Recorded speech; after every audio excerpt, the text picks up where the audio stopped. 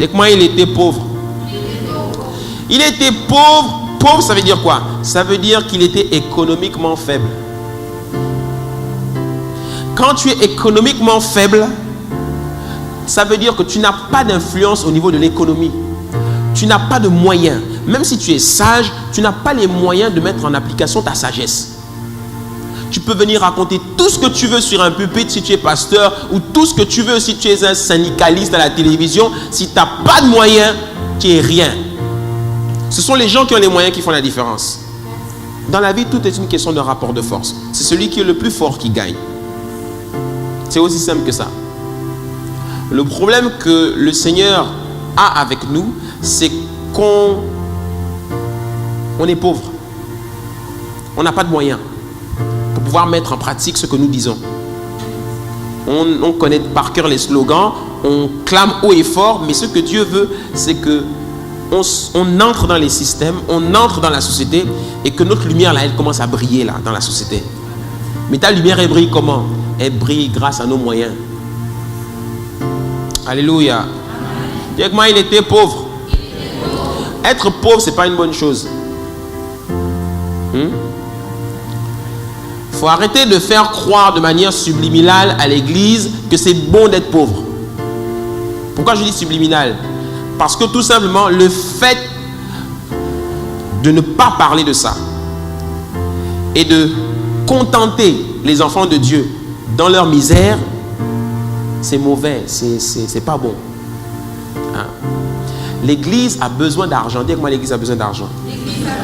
Jésus a besoin d'argent. Au travers de toi.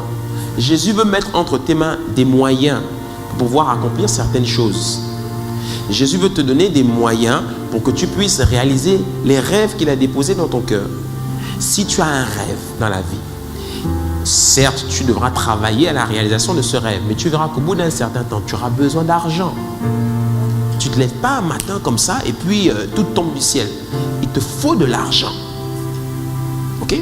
Donc, l'argent a son rôle aussi à jouer dans l'accomplissement du plan de Dieu. Et je suis convaincu que le réveil de la fin des temps, c'est un réveil économique. Dieu est en train de susciter une église qui sera forte économiquement parlant. Une église qui aura des moyens. Et grâce à ces moyens, elle pourra accomplir des choses et elle pourra aussi influencer les décisions. Et ceux qui décident attendent ça aussi de l'église. Parce qu'il faut le dire ça aussi. Ceux qui décident n'attendent pas de l'église que l'église parle juste, mais que l'église vienne avec les moyens en main en disant voici la solution et nous avons les moyens de la mettre en pratique. Alléluia. L'église est là pour apporter des solutions à la société. Jésus-Christ a dit vous êtes la lumière du monde. On n'est pas la lumière en faisant la parlotte, on est la lumière en mettant en pratique, en accomplissant des œuvres et que les gens voient nos œuvres. Car Jésus-Christ a dit, livre de Matthieu chapitre 5, que les hommes voient vos bonnes œuvres et qu'ils rendent gloire à votre Père qui est dans les cieux. Qu'ils voient vos bonnes œuvres. Et les bonnes œuvres, pour les pratiquer, il faut de l'argent. Et comment il faut l'argent? Voici la différence avec Joseph. Joseph était intelligent et sage. Le premier était pauvre et sage. Le premier n'avait pas su utiliser non seulement sa sagesse pour s'enrichir, mais en plus, il ne comprenait rien au fonctionnement du système. Joseph comprenait le fonctionnement du système. Donc il savait comment le gérer. C'est pas tu viens dire à Pharaon, tu es nul. Tu sais rien faire, tu comprends rien et puis on va pas y arriver avec toi. Pharaon te dit, ok, il n'y a pas de problème, je te donne le contrôle, tiens, gère. Aujourd'hui, l'église, si on nous donne le contrôle, est-ce qu'on peut gérer?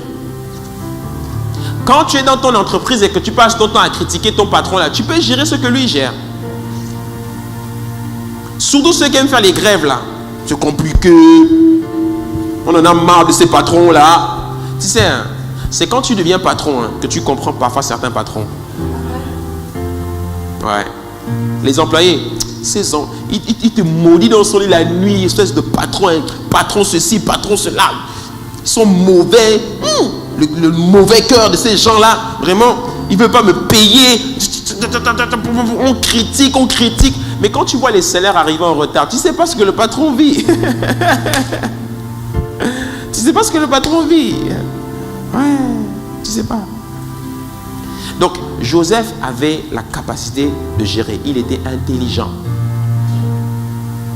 Le problème avec l'église, c'est qu'on a la sagesse. Mais on n'est pas intelligent. On ne comprend rien à ce qui se passe autour de nous.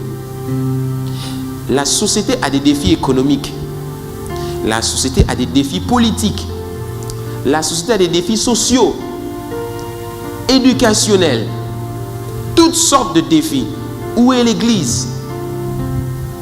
L'église doit apporter des solutions au niveau de l'éducation. Elle doit apporter des solutions politiques, c'est-à-dire en termes de décision. Elle doit apporter des solutions économiques. Elle doit être capable de créer de l'emploi, créer de la richesse, créer de l'activité, créer de la vie. C'est ça l'église. Elle ne doit pas juste rester dans son coin, là-bas, à crier dans les quatre murs, à dire Jésus est Seigneur, il revient bientôt.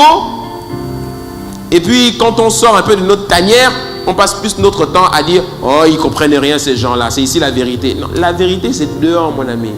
C'est là-bas que ça se passe. C'est là-bas que Jésus-Christ ne nous a pas envoyés dans l'église, il nous a envoyés dans le monde. Il a dit allez, faites de toutes les nations des disciples. Pas aller dans l'église.